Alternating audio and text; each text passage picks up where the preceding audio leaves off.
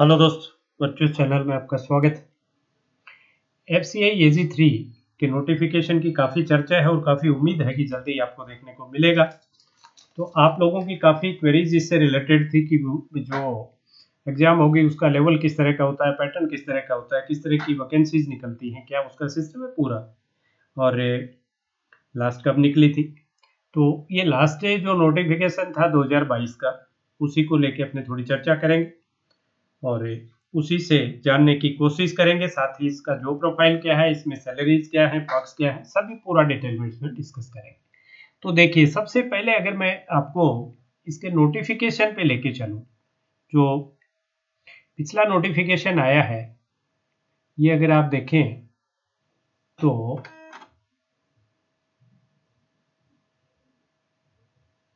ये आपका नोटिफिकेशन जो अभी आप देख पा रहे हैं, फूड कॉर्पोरेशन ऑफ इंडिया, ये जोन वाइज होता है। ये आप अगर देखें तो ये था आपका zone wise and post wise vacancy. तो ये जोन वाइज था, अब भी जो आएगा वो जोन वाइज आएगा। तो इसमें जोन वाइज देखिए, जेई सिविल है, जेई इलेक्ट्रिकल है, स्टेनो ग्रेड सेकंड है, फिर एजी थर्ड जनरल, जिसके लिए आप ज्यादा वो होते हैं, एजी थर्ड जनरल, और फिर एजी थर्ड डिपोर्ट। जो एजी थर्ड टेक्निकल है उसमें स्पेसिफिक है भाई, उन्हीं स्ट्रीम्स में आपका किया होना चाहिए, अकाउंट्स वाले के लिए भी उन्हीं स्ट्रीम में किया होना चाहिए, राइट। और इनकी जो जोन वाइज ही वैकेंसीज है, इसमें 5 जोन है। जैसे नॉर्थ जोन है, देन आपका ये जैसे अभी आप का जो ओपन हुआ है नॉर्थ जोन है, सबसे बड़ा जोन यही है, नॉर्थ है।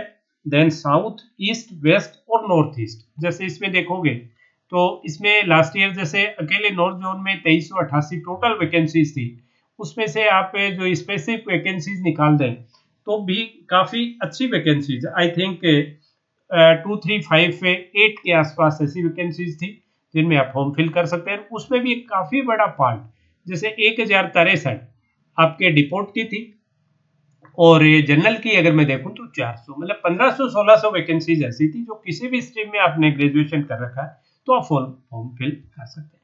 फिर ये जैसे आपका साउथ जोन आया, साउथ जोन में देखिए, साउथ जोन में जो कोई भी आप वैकेंसी फिल कर सकते थे, उस 976 या कुछ ऐसी वैकेंसी थी।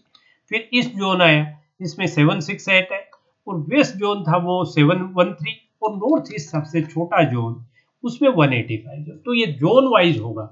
तो इसमें आपको एक पर्टिकुलर जोन के लिए आप अप्लाई करेंगे, वहीं से आप एग्जाम देंगे, और उसी के आपकी जोन वाइज आपकी मेरिट बनेगी। ये जरूर इसमें ध्यान रखिएगा, राइट। अगर आप बाद में जैसे एक बार आपने ज्वाइन कर लिया, इसमें जैसे पिछले नोटिफिकेशन तक तो किसी तरह का बॉन्ड वगैरह नहीं था। ये एक अच्छा इसका था कि कभी आप क्विट करना चाहें तो भी कोई ऐसी बाइंडिंग आप पर नहीं थी। सिर्फ ये था कि अगर आप प्रोबेशन पीरियड में छोड़ेंगे तो 1 मंथ का नोटिस है, और आफ्टर प्रोबेशन 1 ईयर है प्रोबेशन, 1 ईयर प्रोबेशन के बाद अगर आप जॉब से क्विट करेंगे तो 3 मंथ नोटिस है, और कुछ नहीं है। तो और इसमें एलिजिबिलिटी का देखें तो देखिए, इसमें 27 एंड 28 दो तरह की एज लिमिट है। आइडेंटिफिकेशन ऑफ पोस्ट, एक सेकंड, ये तो आपका डिसेबिलिटी का वो पूरा डिटेल आ गया। क्वालिफिकेशन, ये आपको qualification oblique experience age on 1/8/2022 जो 2022 में था, उसमें जो क्वालिफिकेशन की डिग्री की आपकी डेट थी वो 1 अगस्त इन्होंने रखी थी। तो जैसे जेई सिविल है तो डिग्री इन सिविल, और डिप्लोमा अगर है तो 1 year experience. JE electrical same वही, डिग्री इन इलेक्ट्रिकल और मैकेनिकल और electrical engineering with 1 year experience, diploma और diploma mechanical. Steno grade second जो था, graduate degree with speed of 40 word per minute and 80 word per minute English typing and short list. जो short hand में आपके 80 की limit थी और typing में आपके 40 की थी इंग्लिश की, ठीक है। स्टेनो ग्रेड थर्ड था। फिर जैसे एजी थर्ड जनरल, जिसकी ज्यादा क्वेरीज आ रही है, जनरल और डिपोर्ट की, तो जनरल में क्या है, graduate degree in any discipline from a recognised university with proficiency in use of computer. ये सभी पोस्टों के लिए है कि कंप्यूटर की आपको नॉलेज होनी चाहिए। तो इसके लिए है कि कभी भी आपके कोई भी कहीं भी अगर कंप्यूटर को सब्जेक्ट रहा है वो बेटर है, नहीं है तो कोई लैंग्वेज का कोर्स या कुछ आपका किया होना चाहिए। एजी थर्ड अकाउंट्स वाला जो है उसमें बैचलर ऑफ कॉमर्स होना चाहिए, परसेंटेज नहीं मांगी है, और एक कंप्यूटर वाली कंडीशन इसमें भी है। बट इसमें एजी थर्ड अकाउंट्स में बैचलर ऑफ कॉमर्स। उसी तरीके से जैसे एजी थर्ड टेक्निकल है तो इसमें भी क्या बीएससी इन एग्रीकल्चर हो या बीएससी इन बॉटनी हो, बीएससी इन जूलॉजी हो, बीएससी बायोटेक्नोलॉजी हो, बीएससी बायोकेमिस्ट्री हो, माइक्रोबायोलॉजी हो, फूड साइंस हो, या बीटेक या बी इन्हीं सब्जेक्ट्स में हो, जैसे फूड साइंस एंड टेक्नोलॉजी में हो, एग्रीकल्चर में हो, बायोटेक्निकल टेक्नोलॉजी में हो, एंड और कोई भी अप्रूव्ड यूनिवर्सिटी जो एआईसीटी से अप्रूव्ड है। Proficiency in use of computer, ये यहाँ भी कंडीशन इसमें भी है। फिर अगर आप डिपोर्ट का देखें तो वो जैसे जनरल का है, जी थर्ड का वही सेम पोजीशन है, graduate degree in any discipline from a recognised university with the proficiency in use of computer, वो कंडीशन यहाँ भी। फिर एक इसमें एजी थर्ड हिंदी, हिंदी की भी कुछ वो है, इसके अंदर स्पेसिफिक फिर है कि degree of a recognised university with Hindi as main subject, मतलब आपके पूरे ग्रेजुएशन में हर साल हिंदी एक सब्जेक्ट मेन सब्जेक्ट के रूप में एक सब्जेक्ट मेन उसमें रहना चाहिए। प्रोफिशिएंसी इंग्लिश स्पेसिफिकली, और साथ ही proficiency in English specifically for the purpose of translation. इसमें मेन जो जॉब है वो इसमें ट्रांसलेटर का है, हिंदी टू इंग्लिश और इंग्लिश टू हिंदी ट्रांसलेट करना, यही इसमें मेन पर्पज होता है। English certificate oblique diploma course in translation from English to Hindi and vice versa of at least 1 year duration from a recognized university or institution approved by government। तो ये इसमें ध्यान रखना, एक तो ग्रेजुएशन की डिग्री है उसमें एक सब्जेक्ट हिंदी का होना चाहिए, और दूसरा जो इंग्लिश से हिंदी और हिंदी से इंग्लिश के जो ट्रांसलेशन का सर्टिफिकेट या डिप्लोमा कोर्स कोई हो एटलीस्ट 1 ईयर का, वो भी आपके पास होना चाहिए। दूसरा, given the fact that the major work of assistant grade third Hindi would be translation from English to Hindi and vice versa. Possession of skill for Hindi typing would also be required. ठीक है, to assess the same Hindi typing with the speed of 30, जैसे वहाँ 40 था या 30 words है per minute, with the tested during the period of probation. Confirmation of probation shall be subject to the candidate qualifying the prescribed typing। मतलब आपके selection के बाद भी ड्यूरिंग प्रोबेशन अगर आप ये सीख लेते हैं तब भी काम चल जाएगा। यहाँ स्पीड जहाँ इंग्लिश में ऊपर स्टेनो के लिए 40 थी, वो यहाँ आपके लिए हिंदी में 30, ठीक है। और नीचे आप देखिए, Hindi should be main subject in every year of graduation, मतलब जो हिंदी वालों के लिए first year, second year, third year तीनों ही सालों में मेन सब्जेक्ट हिंदी होना चाहिए, राइट। तो ये आपके क्वालिफिकेशन इसमें थी। और एक नोट देखिए, candidate can apply in any one zone only, either north zone, south zone, जो भी 5 जोन है इनमें से किसी एक जोन में, जो मैं पहले ही आपको बता चुका हूँ। एक candidate can apply only for any one of the post of A to H within the zone, उसी जोन में विद इन द जोन, ठीक है। तो कैंडिडेट एक ही पोस्ट के लिए अप्लाई करेंगे और एक ही जोन के लिए करेंगे। If a candidate is claiming a particular qualification as equivalent qualification as per the requirement of the notice of examination which is applicable order letter respect to equivalent educational qualification required to be produced by the candidate at the time of DV and when required by FCI indicating the authority with, ठीक है। ये तो normal जैसी जो चीजें हैं वही कुछ है। the mode of application is online only, ठीक है, फॉर्म फिल वही है। Condition indicate the percentage obtained, वो उसमें लिख देगा बट उसकी कोई कंडीशन नहीं है। रिजर्वेशन एंड रिलैक्सेशन वो वही है जैसा दूसरी गवर्नमेंट सर्विसेज में है, वही इसके अंदर भी है, ठीक है। दूसरा इसने फिर देखिए क्या एज का मैंने बता दिया, 27 और 28 था I think. The prescribed qualification, the candidate belonging to STI eligible for elections of maximum by 5 and 3 years respectively, ये मैं बता चुका हूँ आपको। April eligible to department of STI का FCI के जो इन सर्विसेज करने वाले हैं वो भी 50 साल उनकी मैक्सिमम है। Relax by 10 years of PWD, जो डिसेबल कैंडिडेट्स के लिए 10, 15 for candidate belonging to SC ST के जो अगर डिसेबल है तो 15 and 13 for candidate belonging to OBC के लिए, ठीक है। ये सेल एप्लीकेबल रिस्ट्रिक्टिव टू और इसने कुछ ऐसा दिया नहीं, वो मैं बता चुका आपको 27 और 28 साल भी। बाकी इसमें ऐसी कोई चीज़ नहीं है। अब जैसे अगर इसमें वो देखें अपना कि एग्जाम का पैटर्न क्या है, सिलेक्शन प्रोसेस क्या है, तो ये सब आपकी बाकी सब वही जैसे वो क्या आपका इंडियन सिटीजन होना चाहिए और होना चाहिए, सभी आप जानते हैं, उसमें कोई टाइम वेस्ट करने की जरूरत नहीं। अब जो इसमें pattern of online test, online test will comprise of phase 1 and phase 2। इसमें भी प्री और मेन जैसे होते हैं, इसमें फेज 1 और फेज 2 उनका नाम है, इंटरव्यू नहीं है। तो फेज 1 जो है, इसमें online exam of phase 1 shall be common irrespective of the post. The test structure of phase 1 online exam is as follow। ये ऊपर जो कैटेगरीज थी ए से लेके एच टाइप की जो कैटेगरी थी जॉब की, उन सभी में प्री सबका कॉमन है। क्या है उसमें? इंग्लिश लैंग्वेज, इसके नंबर ऑफ क्वेश्चन 25 है, मार्क्स भी 25 है, 15 मिनट है, ओबीएस है, इंग्लिश ही उसका मीडियम है। रीजनिंग एबिलिटी में 25 क्वेश्चन, 25 मार्क्स और 15 मिनट इसमें। और न्यूमेरिक एबिलिटी एप्टीट्यूड में भी 25-25 वही सेम वेटेज, 25-25-25 करके 15 मिनट। ये हिंदी इंग्लिश दोनों में है। और जो लास्ट एक है general studies comprising of history, geography, economy, general science up to class 8th level 20 question, और 5 क्वेश्चन जो है करंट अफेयर्स के अप टू 8th लेवल। मतलब आसान होते हैं ये, मुश्किल नहीं होते। तो ये भी 25-25-15, ये भी बाई लैंग्वेज।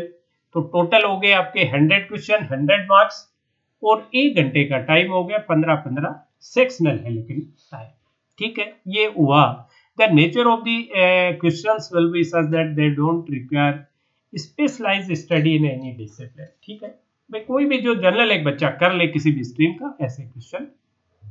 अब ये ऑनलाइन है, और वही 1/4 मार्क के अगर आप गलत करके आते हो नेगेटिव मार्किंग है, जैसे आपकी बैंकिंग में होती है, वही चीज इसमें भी है। ऑब्जेक्टिव है, ऑनलाइन है। फिर आई जैसे आप शॉर्ट लिस्ट हो गए, तो फिर फेज सेकंड 2 है। इसके अंदर अलग अलग कैटेगरी वाइज है, मतलब जो जैसे आपका जॉब है उसके according. Phase 2 online exam will comprise of, जैसे जेई सिविल है, उसके पेपर 1 एंड पेपर 2 दो होंगे। पेपर 1, और जो candidates will appear in paper 1 to be followed by paper 2, online test for paper 1 and paper 2 shall be held in single sitting only. एक साथ ही होंगे, पहले पेपर 1 हो गया, फिर पेपर 2 हो गया। जेई इलेक्ट्रिकल, उसके भी 2 पेपर है, तो उसमें एक पेपर जनरल है, दूसरा उसकी स्ट्रीम का है। स्टेनो ग्रेड 2 है, इसमें पेपर, इसमें एक paper 3 only. Steno grade 2 candidates apply for the post code C will have to appear in paper 3rd। Thereafter, the candidate will undergo a skill test in typing and shorthand, which will be of qualifying nature. The language of skill test are type। मतलब इसको एक skill test के लिए भी जाना पड़ेगा। shorthand will be in English। The candidates shall be informed about the venue। The final merit list of post of steno second will be decided on the basis of paper 3rd qualifying in the skill test। ठीक है, तो अब एजी 3rd general जैसे है, इसमें सिर्फ एक ही paper होगा,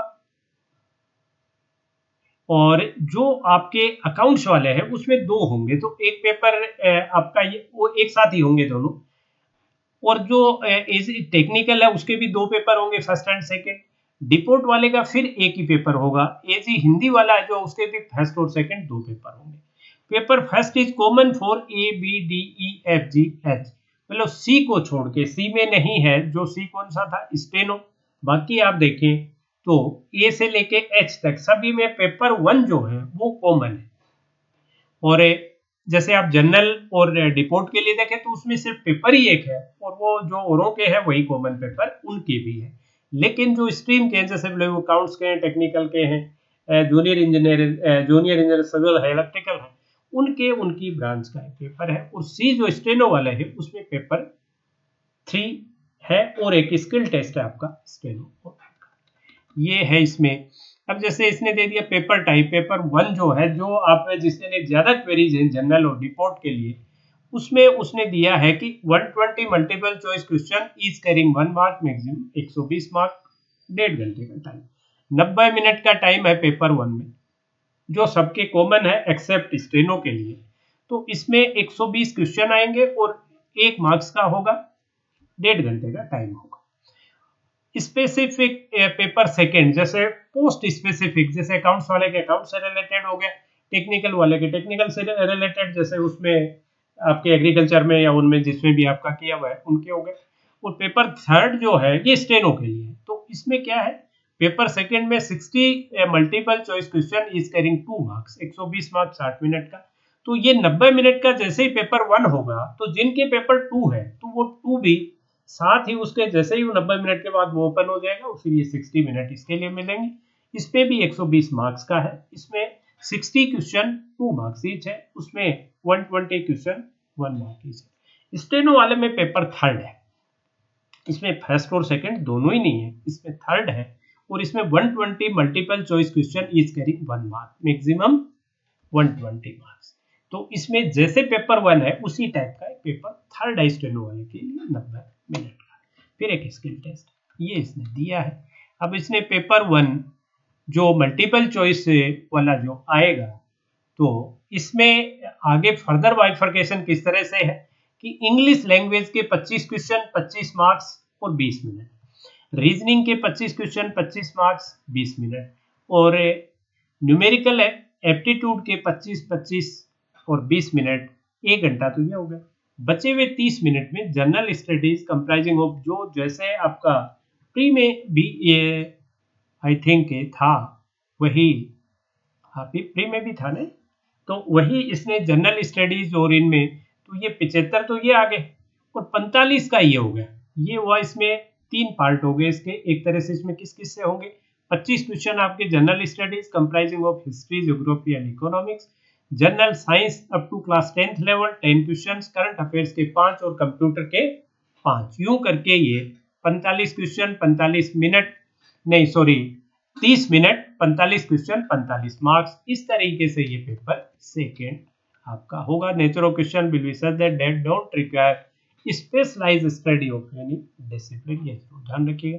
अब ये पेपर सेकंड है, ये आपका अलग अलग है, जैसे जो एज ए सिविल इंजीनियर दे रहा है उसके लिए उससे रिलेटेड कुछ हो गया, इलेक्ट्रिकल वाला इलेक्ट्रिकल हो गया, दूसरा कॉमर्स वाला उसके कॉमर्स के हो गया, एग्रीकल्चर वाला उसके एग्रीकल्चर हो गया, ये कुछ इसके अंदर दिया है। फिर जो फाइनल लिस्ट जो निकलती है सिलेक्शन की, उसमें सिर्फ और सिर्फ जो फेज सेकेंड है, फेज 1 क्वालिफाइंग इन नेचर है, सिलेक्शन के लिए तो वो काम आया आपके, लेकिन अल्टीमेटली मेरिट में सिर्फ फेज सेकेंड ही होगा, इंटरव्यू इसमें है नहीं। अब अगर इसमें बाकी आप इसको जो नोटिफिकेशन है इसको आप देख लीजिएगा, जैसे ये क्या है,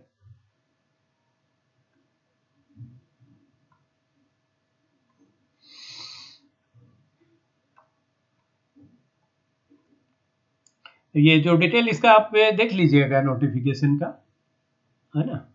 अब इसमें एक कुछ चीजें जैसे क्वेरीज आती रहती हैं आप लोगों की, वो मैं बता दूं। जैसे एक तो ये आप देखिए, अभी मैंने ओपन किया है इसका सॉरी, कि इसमें जो बच्चे सेलेक्ट होते हैं उनकी सैलरीज वगैरह क्या होती है। तो बेसिक जो अभी है वो 28,200 है, और अभी डीए 3% और बढ़ गया, आई थिंक 53% हो गया सभी सेंट्रल गवर्नमेंट सर्विसेज में, तो ये 53 ये है। एचआरए मिनिमम 9% है, देन 18 और 27 भी है, वो आपके प्लेस ऑफ पोस्टिंग पे डिपेंड करता है।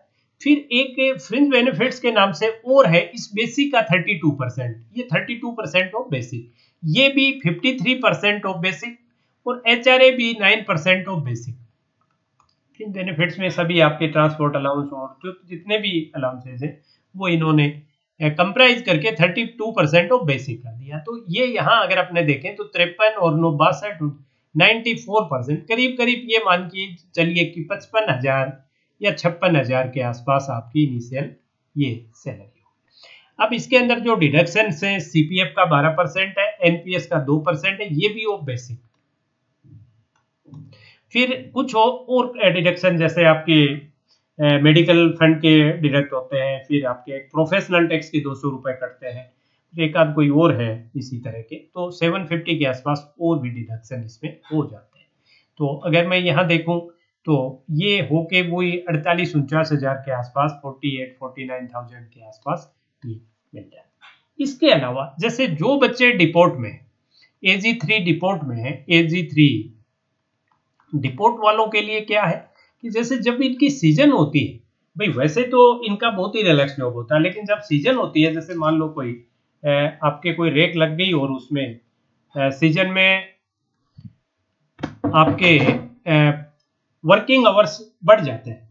कई बार आपको हो सकता है कि किसी पॉइंट पे आप 12-12, 13-13, 14-14 घंटे भी उसमें लग जाते हैं। जैसे भाई उसमें जैसे किसी भी ग्रेन की रेक लग गई तो आप ऑब्वियस है वो वहां से फ्री होगे तभी होगी, तो उसमें और टाइम भी मिलता है, रूटीन में नहीं मिलता है। रूटीन में नहीं मिलता है, वो 9 से 5 का वही जॉब है। लेकिन अगर आपको ऐसा कोई है कि आपको ज्यादा काम कर सीजन में आपका ओवर टाइम बनता है, और वो ओवर टाइम है करीब करीब 250 से 300 रुपए per hour per hour.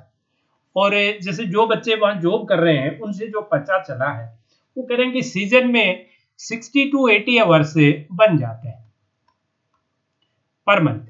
Per month 60 to 80 our से बन जाते हैं ओवर टाइम के। तो ये भी अगर आप मैं देखूं तो 15 से 20 हजार रुपए ये सीजन में इनके डिपोर्ट वालों के एक्स्ट्रा बन जाते हैं। बाकी जैसे जो हैं बच्चे जनरल हैं, अकाउंट्स हैं, टेक्निकल हैं, हिंदी है, वो सब तो डेस्क वर्क है, उसमें जो जैसे आपका ऑफिस वर्क होता है उसी तरह के वर्क है, तो उसमें तो ओवर टाइम का कोई प्रश्न पैदा नहीं होता है। जॉब रिलैक्स है, इसमें कोई शक नहीं है। प्रमोशन का अगर अपने इसमें जिक्र करें तो देखो बैंक जितना प्रमोशन इसमें नहीं होता है भाई। सबसे पहले जैसे आप एजी थर्ड, फिर उसके बाद आपका सेकंड, देन आपका फर्स्ट, देन आपकी मैनेजर, और मैनेजर के बाद आपको ये लगाते हैं I think assistant general manager, और देन डिप्टी जनरल मैनेजर। इस तरह से इसमें प्रमोशन है। प्रमोशन कंपेरेटिवली बैंक से कम है, इसमें कोई शक नहीं है। हालांकि अभी रिसेंट एक 2-1 साल पहले कोई पॉलिसी बनी है जिसमें जितनी भी पोस्ट है, जितनी पोस्ट है आपकी अगली पोस्ट के लिए, मान लो एजी सेकंड के लिए 10,000 पोस्ट है, प्रमोशन करने हैं 10,000, तो उसमें से 10% को एक एग्जाम देके उनको एक्सिलरेट करने का कि भाई ठीक है वो एक एग्जाम ली और एग्जाम में जिन बच्चों ने अच्छा किया उनको आउटराइटली प्रमोशन मिल गया। 90% है वो आपके मेरिट से वो सॉरी सीनियरिटी से। तो ये जरूर इसके अंदर एक है कि प्रमोशन थोड़े कम है, जॉब रिलैक्स्ड है, इसमें कोई शक नहीं है। और पे रिवीजन भी 16 में हुआ था, 2026 में फिर पे रिवीजन होगा। 2026 में पे रिवीजन होगा तो उसमें 25-30% तो कम से कम, जो कमजोर रिवीजन है उसमें 25-30% तो पे हाइक आ जाता है। ठीक है, तो इसके अलावा जैसे जो आपके एनपीएस का फायदा है, और ये जैसे आप देखें मेडिकल का भी है बेनिफिट, एलटीसी वगैरह भी है इसमें। हाउस रेंट जैसे जहां ये एचआरए 9% है, लेकिन अगर एफसीआई के क्वार्टर्स बने हुए हैं तो आपको रेजिडेंस भी प्रोवाइड ये कर देते हैं। रिलैक्स जॉब है, और जो बच्चे रिलैक्स रहना चाहते हैं उनके लिए अच्छा है, या जो बच्चे एक बार एंट्री लेके किसी और एग्जाम की प्रिपरेशन करना चाह रहे हैं उनके लिए भी अच्छा है, रिलैक्स है, और तो आगे पढ़ने का भी मौका मिल जाता है। ठीक है, फाइनेंशियली क्या है ये आपके सामने है। सीपीएफ जो है, जैसे सीपीएफ में क्या होता है 12% जैसे डिडक्ट हुआ है, इससे 28,200 का 12% हुआ, जो भी 3,004, ये बेसिक प्लस है सीपीएफ हमेशा। और ये दोनों बेसिक प्लस डीए का होता है, नोट ये मैंने गलत लिखा, बेसिक प्लस डीए, ये बेसिक प्लस डीए का 12% है, एनपीएस भी बेसिक। तो ये अगर मैं देखूं यहाँ करीब 42,000 का 12%, 4-5 हजार हो गया। तो ये जो 5,000 मान लो आपका डिडक्ट हुआ, तो 5,000 इसमें एफसीआई भी ऐड करता है और फिर ट्रस्ट में जाता है। तो आप ये मान के चलें कि जो आप ये मान के चल रहे हैं कि भाई मेरी सैलरी जो 55-56 हजार है, इसको आप ये मान सकते हैं कि 60,000 है, क्योंकि जो सीपीएफ में एफसीआई जमा करेगी वो भी तो आपकी सैलरी का ही एक पार्ट है। तो ये पूरा इसका एक सीन था, और आप लोगों की क्वेरी थी। फिर भी और भी कोई क्वेरी इसको लेके हो तो प्लीज आप कमेंट सेक्शन में कमेंट कर दीजिए वीडियो पर, मैं आपका क्वेरीज का रिप्लाई करने की पूरी कोशिश करूँ। That's all for today session, have a nice day.